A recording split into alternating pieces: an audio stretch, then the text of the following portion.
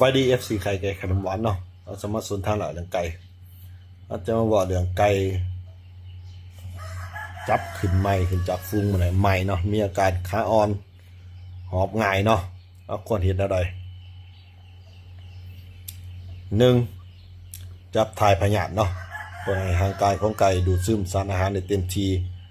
และประสิทธิภาพของร่างกายได้ทำงานปกติเต็มที่เนาะ2. หาสารอาหารบำรุงให้เหมาะสมเนาะและเสริมสร้างวิตามินต่างๆเฮ็ดให้ไก่สมบูรณ์แข็งแรงคึกคักเต็มที่เนาะเพื่อให้พร้อมในการพัฒนาการของร่างกายของไก่เนาะ 3. จับการน้ำตากแดดเนาะเพื่อให้ไก่หูจักหอบเนาะซ้อมในการหายใจทางปากเนาะเมื่อมันหอนเนาะไหลเฮ็ดให้ไก่คุ้นชินทนทานต่ออุณหภูมิร่างกาย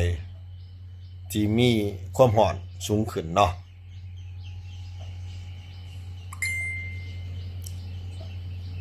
4. ออกกำลังกายไก่สม่ำเสมอจากเบาหาหนักเนาะเพื่อบ่ให้ร่างกายสีขาดและ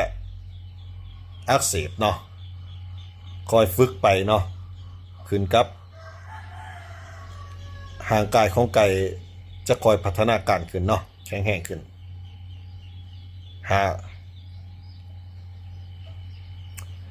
หาน้ำหนักร้อยตีให้เหมาะสมเนาะบ่ให้จอยเกินไปหรือบ่ให้ตุยเกินไปเนาะถ้าว่าจอยเกินไปไก่ก็สิบ่มีเหือบ่มีแห้งถ้าว่าตุยเกินไปไก่ก็สิบ่มีไก่สิบ่รับน้ำหนักโตบ่ได้เนาะเฮ็ดให้บินบ่ดีเนาะเมื่อเฮ็ดตามขั้นตอนเหล่านั้นแล้วเราจะมาสังเกตพัฒนาการของไก่เนาะมันจะคอยดีๆขึ้นมันจะห่างไกลแข็งแห้งบินดีและอาการหอบจะค่อยๆหายไปเนาะเพราะห่างกายจะคุ้นชินต่ออุณหภูมิของห่างกายเพิ่มขึ้นห่างกายแข็งแห้งขึ้นเนาะเอาใครมียังคอมเมนต์กะซอยคอมเมนต์และกดไลค์กดแชร์ติดตามไข่ไก่ขนมหวานเด้อขอขอบใจ